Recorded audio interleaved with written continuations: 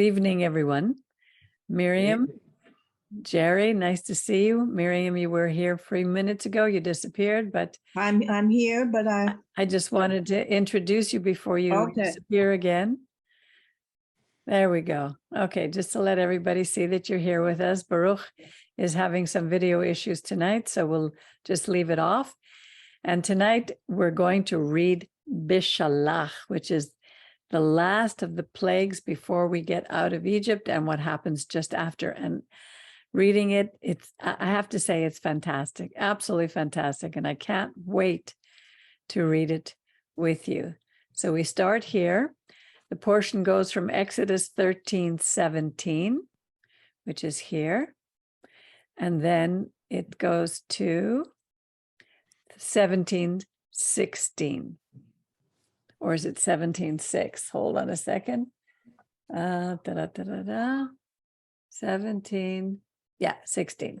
Okay, so let's begin here. And it came to pass, when Pharaoh had let the people go, that God didn't lead them by the way of the land of the Philistines, although it was near, it was close by. For God said, perhaps the people will change their mind when they see war and want to return to Egypt. But God led the people by the way of the wilderness. They always, I don't know why they translate it as Red Sea, because it's Yam Suf. It's a sea of reeds. The children of Israel went up armed out of the land of Egypt. And this is important to remember, that they had soldiers. From my understanding, there were 600,000 armed young men leaving Egypt. And it says, Moses took the bones of Joseph with him, for he had solemnly swore to the children of Israel, saying, God will surely remember you, and you shall carry up my bones away from here. Why do you think that it's important that this is in here?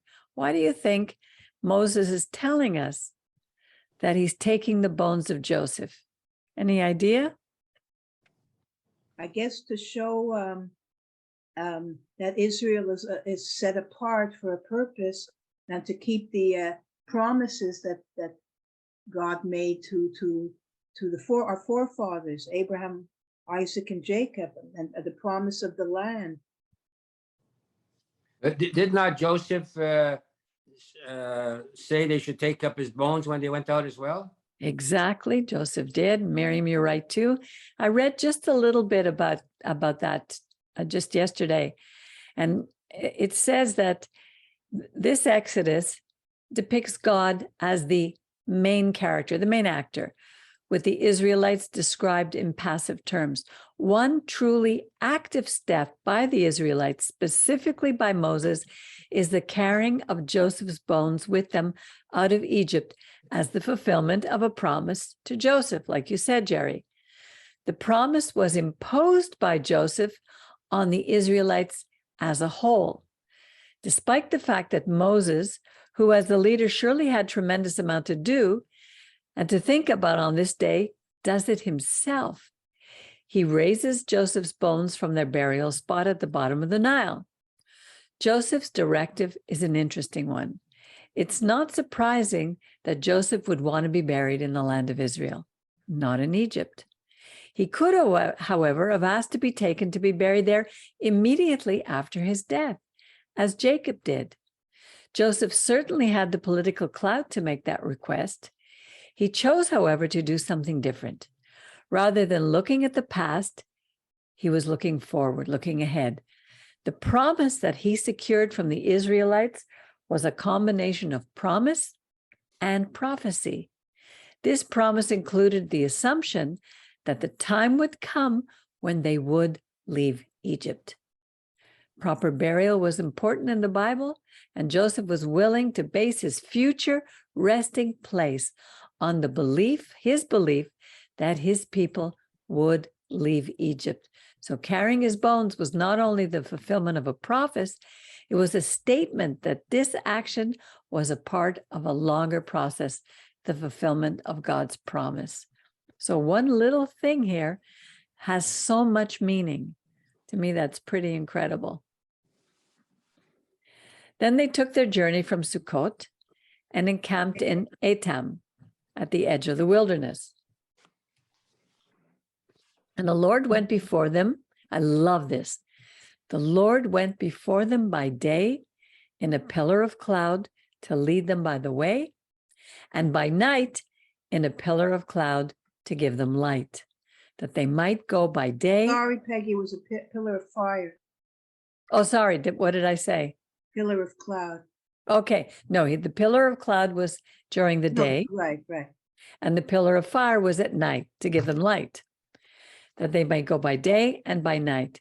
So the pillar of cloud by day, the pillar of fire by night. It did not depart from the people. Now, this to me is such an awesome experience that you would think that this alone would be enough to build their trust in God forever. But just like you and I, when we see little miracles happen in our lives where we know God is there with us, the next second we can forget. And the Lord spoke to Moses, saying, "Speak to the children of Israel. Tell them to turn back and encamp before Pi Hahirot, between Migdol and the sea, before Baal Tzifon. Over against it, you shall encamp by the sea." Now, archaeologists have pinned down exactly where this is today, and all you have to do is look that up. Pharaoh will say of the children of Israel, "They are entangled in the land, and the wilderness has shut them in, because I am going to harden Pharaoh's heart, and he's going to follow after them. And I will get my honor upon Pharaoh and upon all his host, and the Egyptians. The Egyptians shall know that I am the Lord." And they did so. And it was told to the king of Egypt that the people had fled. Now, this must have happened at least a month later, because remember when Joseph died, in Egypt, the process was a 30-day process for the burial, the embalming, the mourning. They would take 30 days. So it was at least 30 days that Pharaoh would have been mourning for his son who was killed. Now he was told that the people had gone, and the heart of Pharaoh and his servants was turned toward the people, and they said, "What is this we have done, that we've let Israel go from serving us? Who's going to make the bricks? Who's going to build everything now?" He made ready his chariots and took his people with him. Now remember, they had left 600,000 armed men. And here it says he took 600 chosen chariots and all the chariots of Egypt and captains over them. So it really doesn't say how many were altogether. There weren't only 600 of his best chariots, but all the chariots of Egypt. So he was basically taking all his army. Now, the chariots of Egypt were renowned for being amazing in war, and that very few were able to defeat them. And the Lord hardened the heart of Pharaoh, the king of Egypt, and he pursued the children of Israel. For the children of Israel went out with a high hand. Now, I looked that up. This is a yad ramah, bayad ramah. So what does it mean to have a high hand? I looked it up, and let me see if I can find this again, because I would like to show it to you. What does biyad ramah, with a high hand, mean? The idiom yad ramah refers to acting as if you have power to accomplish things yourself. It appears only 4 times in the Torah, and 2 of these refer to the way the Israelites leave Egypt. The high hand is the arrogance of Israel's enemies, who will falsely assume that they have the power to destroy Israel on its own without God's collaboration. However, not only does it belong to the enemies and referred to them, because look what it says. The Lord hardened the heart of Pharaoh, and he pursued after the children of Israel because the children of Israel went out with a high hand. Every time in our history, when we have said, we're going to do this on our own, we lose. We have to remember that nothing that we do is on our own. God is always with us. He is our partner. And when we think we can do things on our own, more often than not, we're going to fail. I'm talking about those who trust God, who believe in God, because really there's nothing that human beings cannot do. But when we become too proud, God sends our enemies against us. And that's what's happening now.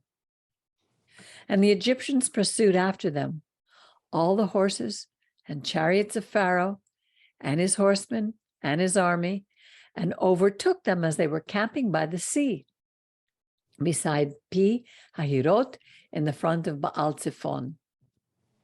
Now when Pharaoh approached, the children of Israel saw them. They lifted their eyes, and behold, the Egyptians were marching after them, and they were afraid. The children of Israel cried out to the Lord. And they said to Moses, because there were no graves in Egypt, have you taken us here in the wilderness to die? Why have you dealt this way with us to bring us out of Egypt? Is this not the word? Didn't we tell you this in Egypt? Leave us alone that we may serve the Egyptians. They didn't want to leave. They wanted to stay. For it was better for us to serve the Egyptians than to die in the wilderness. And Moses said to the people, don't be afraid. Be still.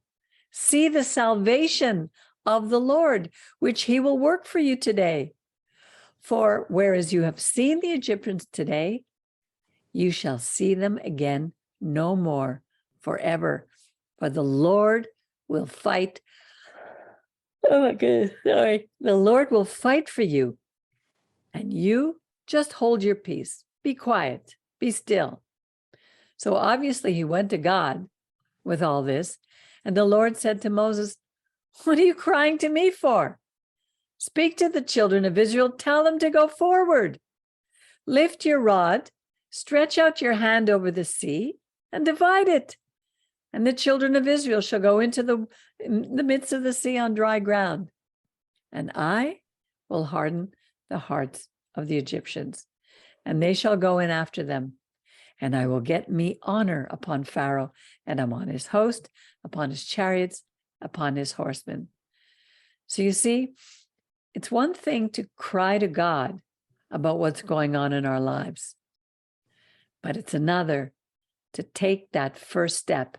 One of the things that our rabbi always taught us is that we have the gift of faith, emunah. And I think, was it here? Where did I see it?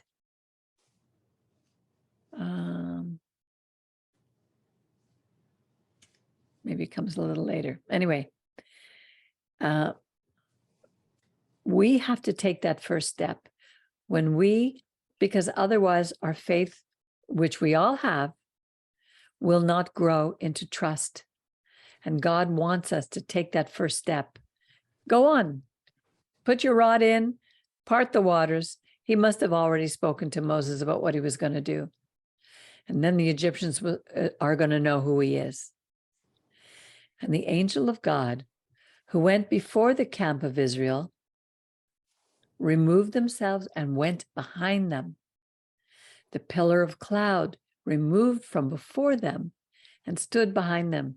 So what he's doing is he's separating it, the pillar of cloud between the Egyptians and the Israelites who were about to step in the water. And it came between the camp of Egypt and the camp of Israel. There was the cloud and the darkness here. It gave light by night there, and no one came near the other all night. So all night the Egyptians saw that pillar of fire. You would think that seeing this pillar of fire, they would realize that God is protecting them and they don't have a chance. They had just seen 10 plagues. They had just seen their whole country destroyed. I don't get, honestly, What was going on in the mind of Pharaoh? Did he think that he could win at this point? So when Moses stretched his hand out over the sea, and the Lord caused the sea to go back because of a strong east wind all night long that made the sea dry land, and the waters were divided. And the children, now this is really important, the children of Israel went into the midst of the sea upon dry ground, and the waters were a wall on one side on their right hand and on their left. So it's not only that, because I've heard archaeologists explain, scientists explain about how the sea and the drafts and the wind going in this direction and that direction could part this sea of reeds. But you never hear, how did he make it stand up as a wall of water on one side and on the left, and that the earth, they're walking on dry ground. I mean, it was only one night that the wind blew. So definitely God is at play here, if you believe the Torah. If you don't, and there's nothing you can convince anybody. And the Egyptians pursued and went in after them in the midst of the sea. All of Pharaoh's horses, all his chariots, and all his horsemen. And it came to pass in the morning that the Lord looked upon the host of the Egyptians through the pillar of fire and clouds, and what was discomfited, I forgot that word. I wrote it down here. Defeated the host of the Egyptians. And he took off their chariot wheels, which have been found these days by the underground, by those exploring the waters, the sea, at the Sea of Reeds. They have found those chariot wheels and made them drive heavily, so that the Egyptian says, let's get out of here. Let's flee from the face of Israel, for the Lord, Yud He Vav He, fights for them against us, the Egyptians. And the Lord said to Moses, stretch out your hand over the sea, so that the waters will come back upon the Egyptians, upon their chariots, and upon their horsemen.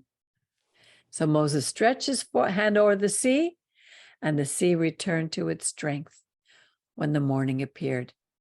And the Egyptians fled against it, and the Lord overthrew the Egyptians in the midst of the sea. And the waters returned and covered the chariots and the horsemen. All the host of Pharaoh went in after them into the sea. He lost his entire army. Not one of them remained. Wow. Obviously, he didn't go in. He's not the general the way the Israelis are, because let me tell you, Moses was ahead of the game. He went first, maybe, or he was behind, I don't know. But today we know the army of the Israelites, the Israelis always went first. The general, I mean. Where did it say that exactly? I missed that. What you say, the general didn't go in, like Pharaoh didn't go in. Where is that exactly? Well, we know from later that he didn't die.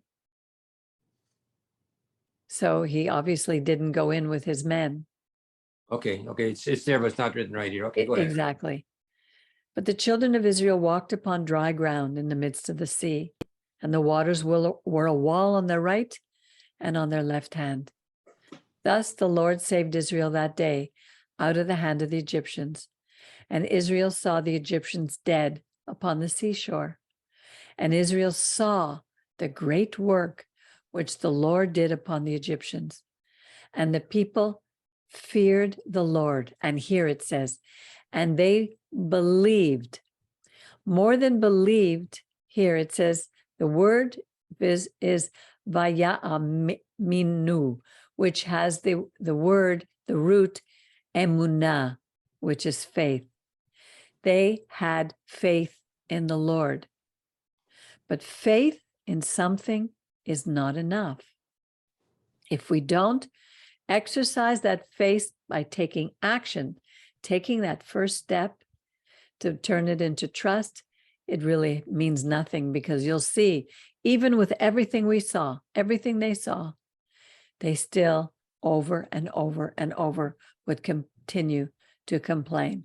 So they had faith in the Lord, Adonai, Yud-He-Vav-He, and in his servant, Moses. Then Moses sang, they sang, Jerry, would you like to read this?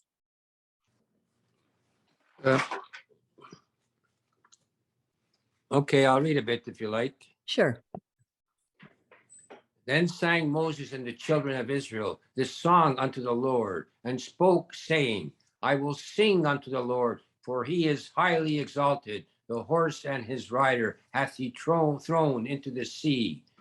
The Lord is my strength and song, and he is become my salvation.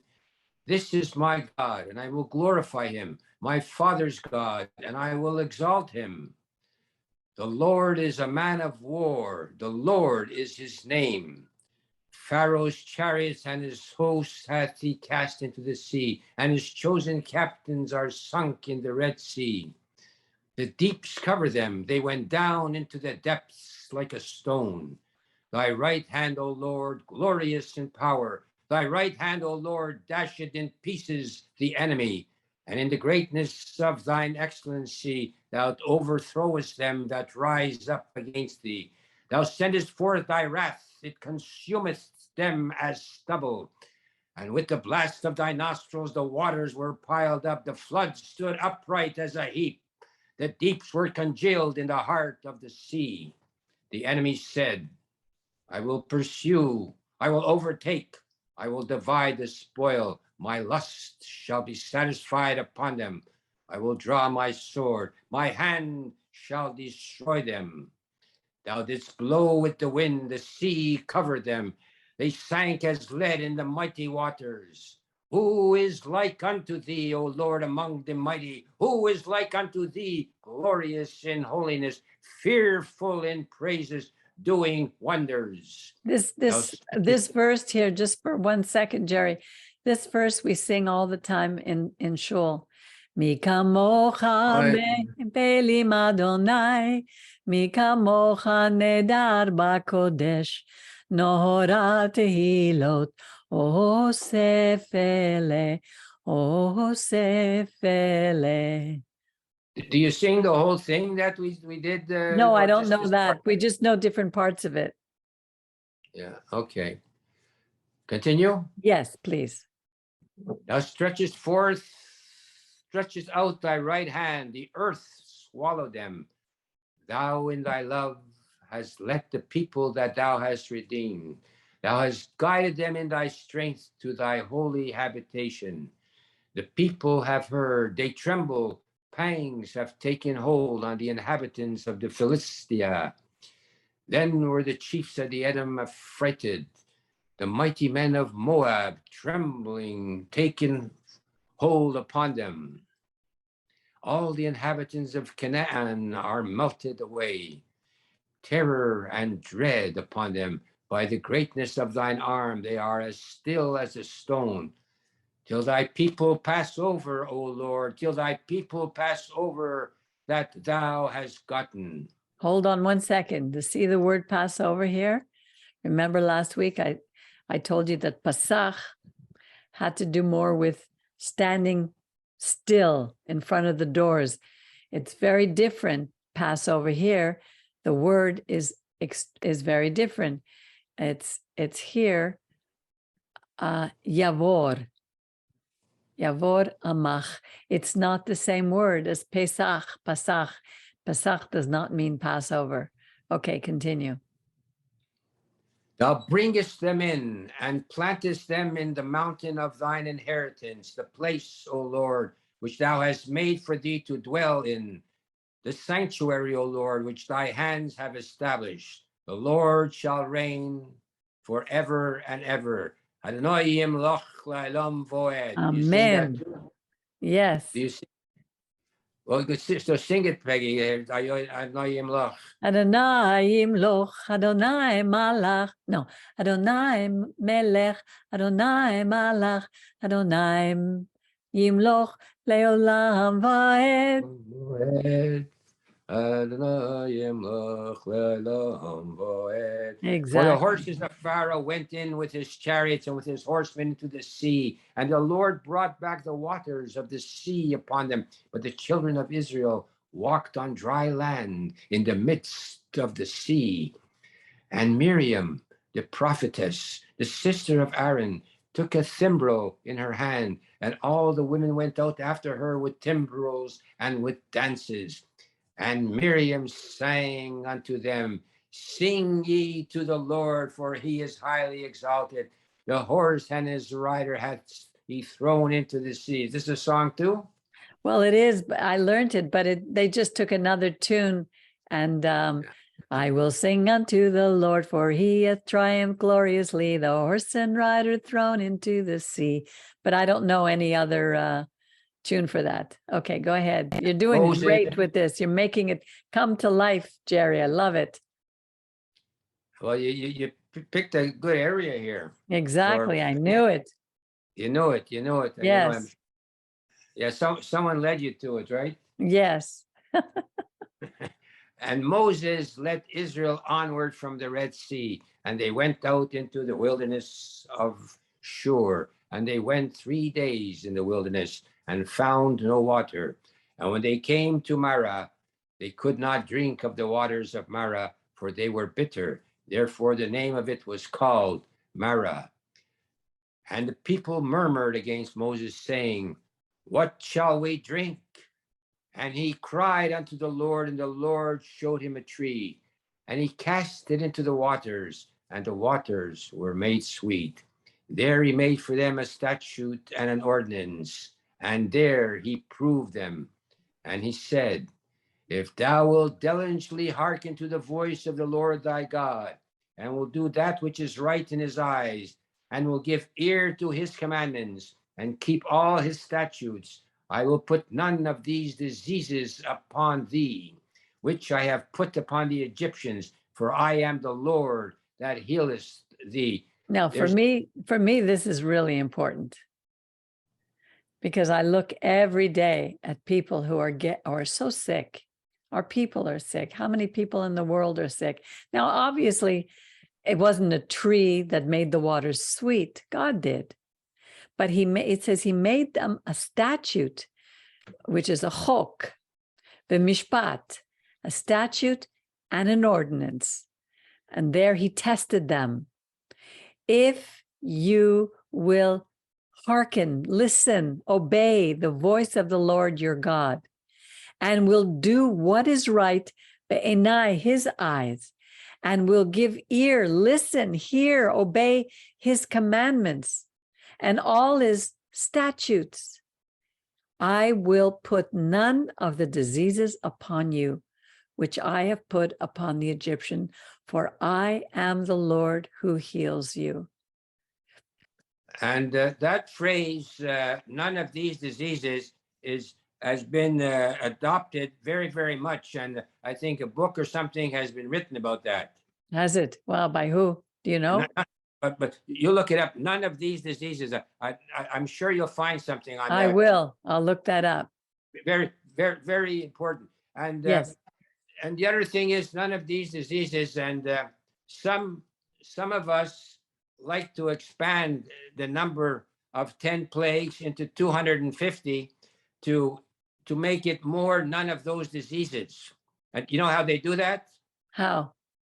Well, they say there were 10 plagues to start with, and they multiply it somehow with by the hand of the Lord times 5 goes 50, and then five fingers of the other hand times 5 times 50. I think they extended up to 250 plagues, and I it might be written in the Haggadah, I'm not sure, but the number is 250 that they expanded it to have none of those diseases.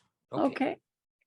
And they came to Elim, where were 12 springs of water and 70 palm trees. and they encamped there by the waters. I watched a young man. He was a Christian, and I think an Arab, and he went to in Saudi Arabia, where the true Mount Sinai is. It's not where the Catholic Church says it was. That was, I think, Elena, the mother of Constantine, declared that where the Mount Sinai was, it's completely wrong. And he showed Elim and the 12 springs of water and the palm trees there. He showed the rock that was split. It was absolutely wonderful to watch. Okay, 16. And they took their journey from Elim, and the congregation of the children of Israel came to the wilderness of Sin, which is between Elim and Sinai, on the 15th day of the second month after their departure from Egypt. And the whole congregation of the children of Israel kvetched, murmured, spoke against Moses and against Aaron in the wilderness. They'd just seen the miracles. How many? And already they were upset again.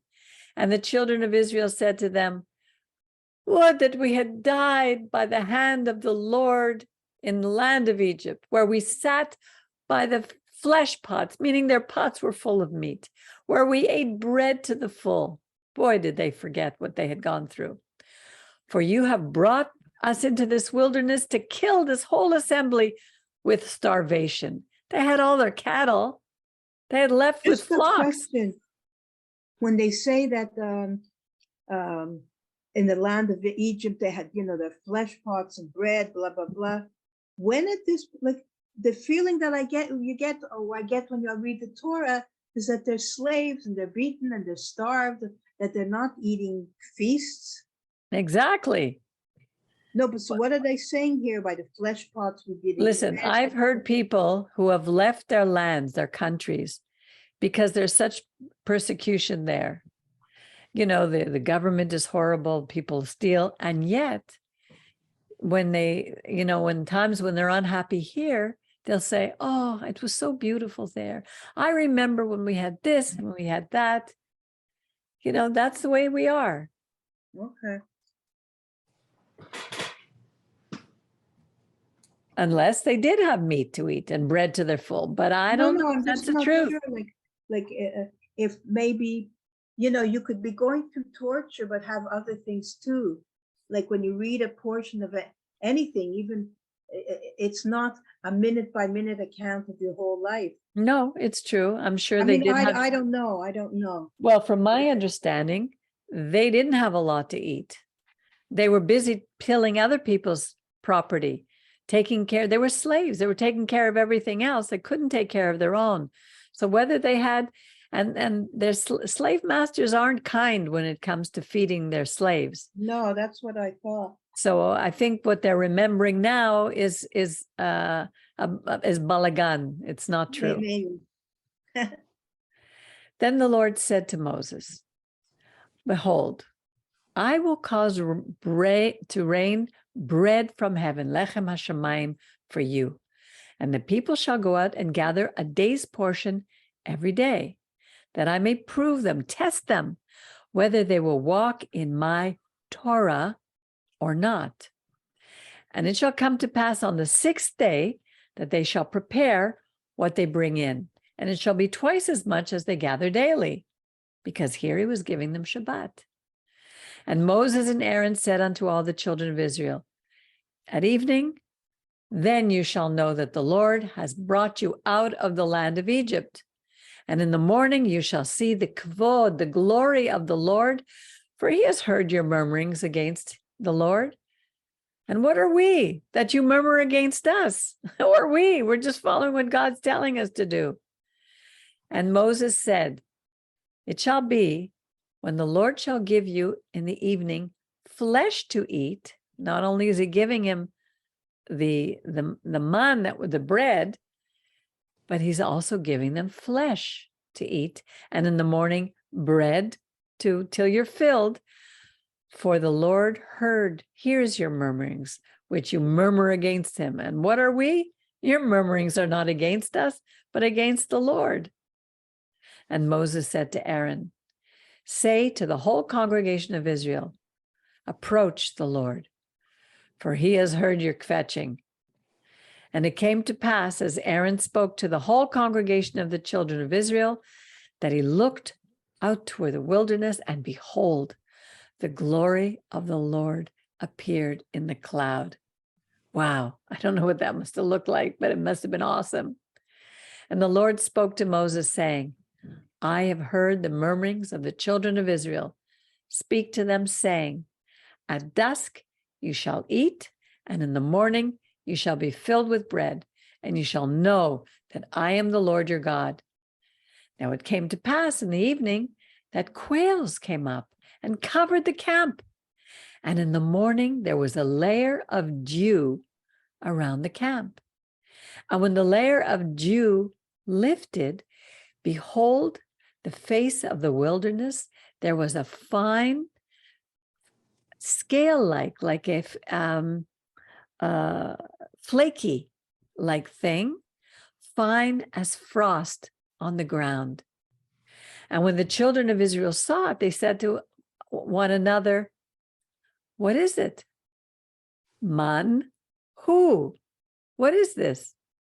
For they didn't know what it was. And Moses said to them, this is the bread which the Lord your God, which the Lord has given you to eat. This is the thing which the Lord has commanded. Gather enough of it, every man, according to his appetite, to what he needs to feed his household. An omer per head, according to the number of the people in your household, shall you take it, every man for them that are in his tent. And the children of Israel did so, and gathered, some gathered less, some gathered more. And when they measured out an omer, whoever gathered much had nothing left over, and whoever gathered little had no lack. They gathered every man according to his eating, to what he needed to feed his household. And Moses said to them, don't let any man leave it until the morning.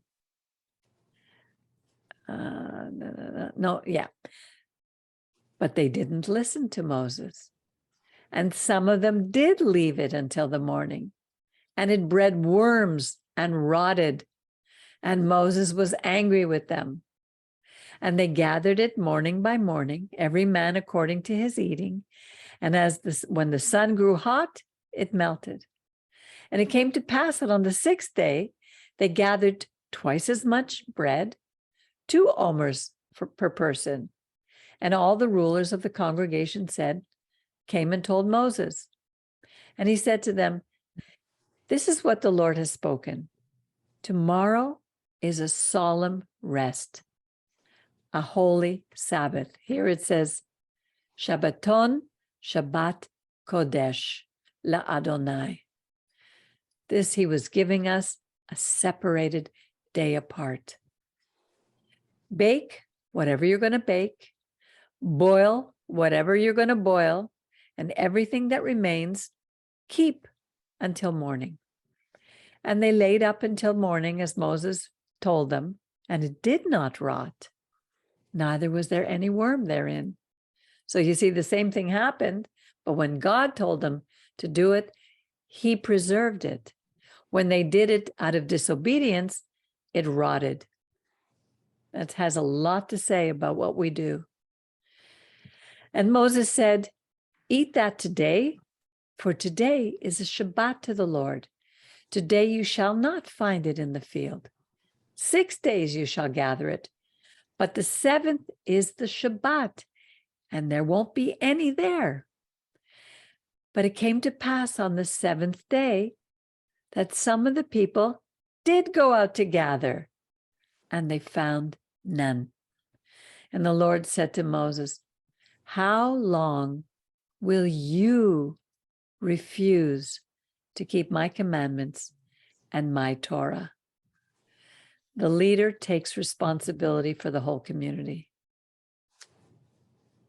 See that the Lord has given you the Shabbat.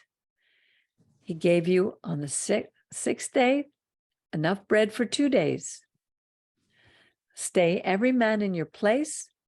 Don't let anyone go out of his place on the seventh day, because at this point, he couldn't trust them not to gather. So the people rested on the seventh day. And the house of Israel called the name thereof, called the name of this substance. Here in English, it's translated as manna, but in Hebrew, it's man, only man. Let's see here. Vayikra Beit Israel et Shemo man. That's what they called it, the name man. And it was like coriander seed, white. And the taste of it was like wafers made with honey. And Moses said, this is the thing which the Lord has commanded.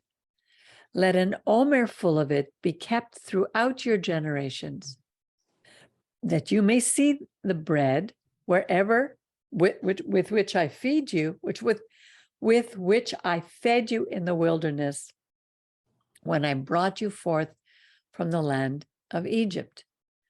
And Moses said to Aaron, take a jar, put an omer full of man inside, and bring it, lay it up before the Lord, like gather it before the Lord to be kept throughout your generations. As the Lord commanded Moses, so Aaron laid it up before the testimony to be kept. So I wondered, ha'edut, where is this testimony?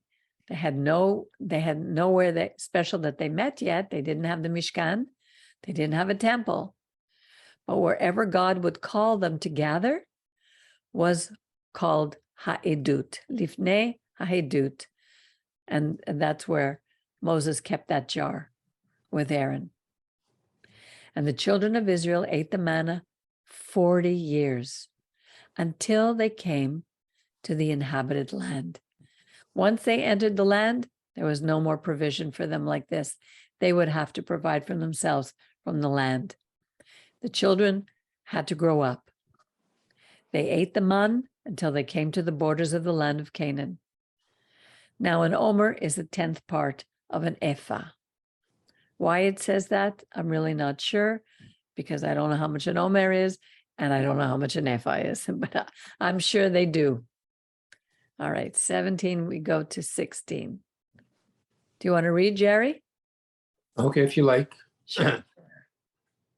And all the congregation of the children of Israel journeyed from the wilderness of Sin by their stages, according to the commandment of the Lord, and encamped in Rephidim. And there was no water for the people to drink. Wherefore the people strove with Moses and said, give us water that we may drink. And Moses said unto them, why strive ye with me? Wherefore do ye try the Lord? Again, he's saying to them, what are you fighting with me for? Why are you testing the Lord? God knows what we need. And the people thirsted there for water, and the people murmured against Moses and said, wherefore hast thou brought us up out of Egypt to kill us and our children and our cattle with thirst? And Moses cried unto the Lord, saying, what shall I do unto this people? They are almost ready to stone me. And the Lord said unto Moses, pass on before the people, and take with thee of the elders of Israel, and thy rod, wherewith thou smotest the river, take in thy hand, and go. Behold, I will stand before thee there upon the rock in Horeb, and thou shalt smite the rock, and there shall come water out of it, that the people may drink. And Moses did so in the sight of the elders of Israel. One of the things that young man showed in his video was exactly that huge rock with a cleft right down the middle, where they show you how water was poured out from there and where it went down into where the people were. And the name of the place was called Massah and Meribah, because of the striving of the children of Israel, and because they tried the Lord, saying, is the Lord among us or not? Then came Amalek and fought with Israel in Rephidim. So you see here again, just like before, every time we challenge God, is the Lord with us or not? Then came Amalek. Then the enemy comes and fights. And Moses said unto Joshua, choose us out men and go out fight with Amalek. Tomorrow I will stand on the top of the hill with the rod of God in my hand. So Joshua did as Moses had said to him and fought with Amalek. And Moses, Aaron, and Hur went up to the top of the hill. And it came to pass, when Moses held up his hand, that Israel prevailed, and we let down his hand, Amalek prevailed. But Moses' hands were heavy, and they took a stone and put it under him, and he sat thereon, and Aaron and Hur stayed up his hands, the one on the one side, and the other on the other side, and his hands were steady until the going down of the sun. And Joshua discomfited Amalek and his people with the edge of the sword. See, this says a lot to me. I don't know if you see the same thing. When Moses, sometimes leaders, and I can say that I'm a leader in my congregation, sometimes the battle is strong and I get heavy in my soul, and I want to give up. And then I have people around me, people like Miriam, people like Mina, who lift me up, encourage me, remind me why I'm doing what I'm doing. And here with Moses, his hands were heavy, and they helped him. When we are on a mission, when we're called for something, we really are never alone. God is with us, and those people around us are with us. And he had Joshua and Aaron and Hur who helped him the whole way. And Peggy, Yes. at this point, I'd like to say that you are recording these sessions and you're doing hard work, and you're saving them, and they're being saved on different areas. And you do not necessarily may be aware that these may be played in generations from now, and your words may live on and on. God willing, because they're really his words. And the Lord said unto Moses, write this for memorial in the book, and rehearse it in the ears of Joshua, for I will utterly blot out the remembrance of Amalek from under heaven. And Moses built an altar and called the name of it Adonai Nissi. And he said, the hand upon the throne of the Lord will have war with Amalek from generation to generation. And if you look at that today, who is Amalek? Can you think of somebody who was an Amalekite who became our enemy hundreds of years later? What's his name? The head of oh, you mean in Purim? Yeah, Haman. Yeah, Haman, yeah, right. Because later King Saul was told by the prophet to wipe out, because God had said that, I will utterly blot out Amalek from under heaven. And we will be at war with Amalek from generation to generation. And King Saul did not do it. And then years later, Haman is a leader of Iran, next to the king of Iran, the Shah. And I don't know if it was a Shah then, but what was his name? Anyway, I can't remember right now, but he's famous at Purim. And Amalek, Haman was destroyed, but he almost destroyed us. And do you know, I've said it before, Arafat said that he was an Amalekite. Right now, Iran again wants to destroy Israel, and along with the rest of the world. So here we go. These portions are so rich, so filled with everything we need to know. Honestly, everything we need to know to live. Every one of the Torah portions, we can learn something to apply to our lives that help us make our lives better. It's, for me, I get so excited every time. I never enjoyed it as much, honestly, when I was learning it from other people. But when I get in there and I read it myself, and I know that I have a responsibility to bring it to other people, and I ask God, just help me, show me. It's phenomenal. And one day maybe Miriam will be doing this when I'm no longer here. Who knows? Maybe Baruch will be doing it. Jerry, who knows? Maybe you'll be doing it. Well, but your words, they should live and live on and on. So, amen. Maybe it's from God's mouth to our ears. I really do hope so, because honestly, the Torah is the only hope that we have for mankind.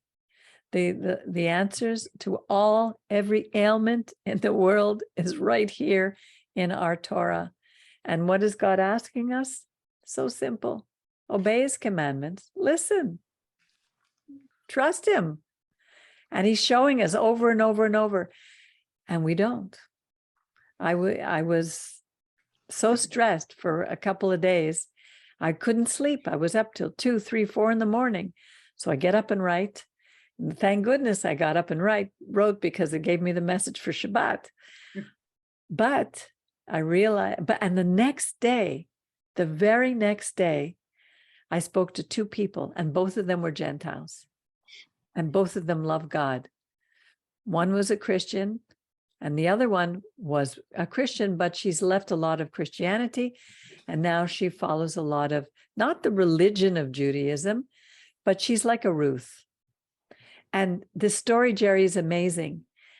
Our phone number in our congregation is our 800 number is in the prison system all across Canada. And from time to time, I get calls from prisoners. Well, one day I received a call from a young man, and he said, I'm not Jewish, but your number's here and I need your help. Would you please help me? And I said, well, what do you need? He said, would you please call my mother and tell her that I'm okay? So I did. I hung up the phone. He gave me the number. I hung up, immediately phoned her, and she didn't answer the phone. So I left her the message.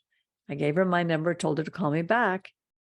She called me back within 5 minutes, and her name was Paula. She said, I can't believe this. I was just sitting in my car crying out to God because I haven't gotten any news about my son. And I was begging God to give me some word, somebody to let me know how he's doing. And you just called me to tell me how he is. That to me is a miracle. That's wonderful. And we have that. And in like even talking to this other gentleman, he's in a horrible position. He's in a position that's impossible for him to get out himself. And he said to me, I can't worry because there's nothing I can do about it. I have to leave it to God. So we forget that God is in control of everything. We do our part. He parted the sea of reeds, not Moses. God did. The east wind blew. He made the walls of water stand up on both sides. Remember, Miriam, you and I were on the march to Jerusalem one day. Or no, we went to walk with the Israel Independence Rally. And we were looking up at the buildings beside us. And we were imagine how high were those waters, the walls, because it's pretty deep. If you measure Yam Suf, I don't remember now how deep it was, but it was very deep. Yeah. And the walls, even though it was where they were walking, they say there was like a bridge of sand that was higher than the rest. But the walls of water were as high as some of the buildings downtown. They were trying to picture walking through between these walls of water. It had to be a terrifying event. And God controlled the timing of it, when it was to happen and when the water was to come back. He uses nature for his miracles, but he's in control. And even though we see that. We see him working in our lives. In the next minute, we become like kvetchikis again, complaining, worrying. Oh, what am I going to do? It's our And nature. it has been stated, I'm not sure how you come to this, Peggy, that one of the Israelites had to step forth into the water to initiate the splitting of the water. You But have to have the faith.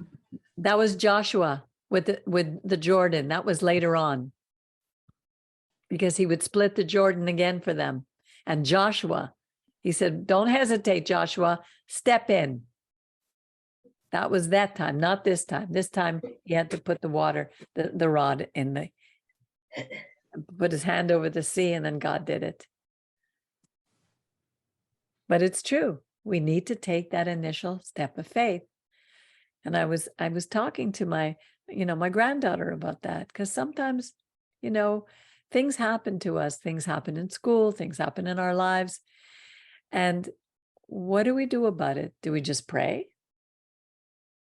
How do we turn faith, emunah, into bitachon, into trust?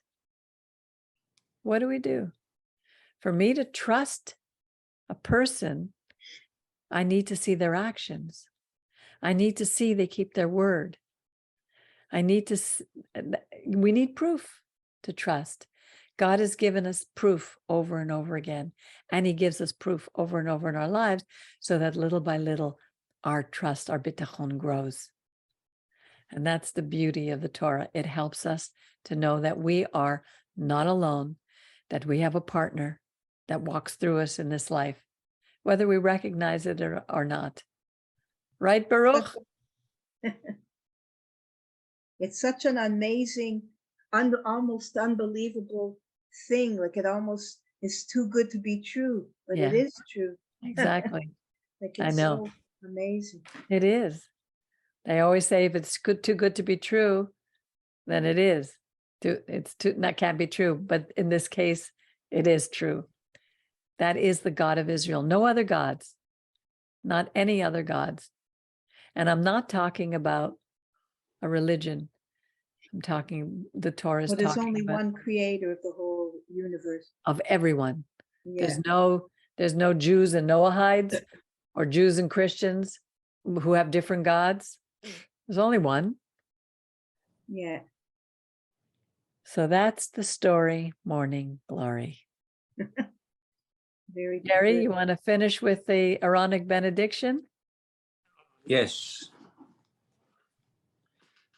I'll say it in English and Hebrew, and I think you do one line.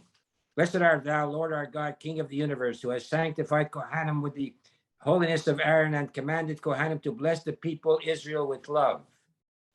Baruch atah Adonai Eloheinu melech haolam asher kiddushanu b'kdushosoi shel Aaron v'tzivonu levarech es amo Yisrael b'ahavo. Amen. Yevarechecha Adonai v'yishmorecha. Yo'er Adonai panav elecha v'chuneka. Yisro Adonai panav elecha v'yosem lecha shalom. V'samu et shemi al b'nei Yisrael v'ani arvorachem.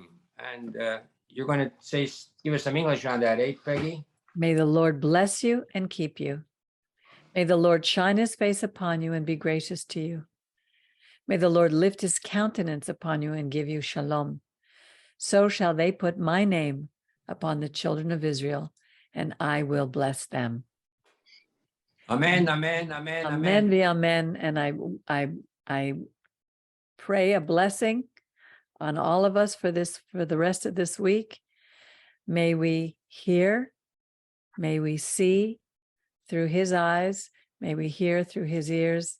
May he heal us, protect us, and bless us in all that we do. Until next week, when we read, who knows what next week's parasha is? Yitro, the name of a Gentile, a Midianite priest. Kohen. Brian, you and I are reading, right? This week, yes. All right. Good night, everybody. Thank you. Good night.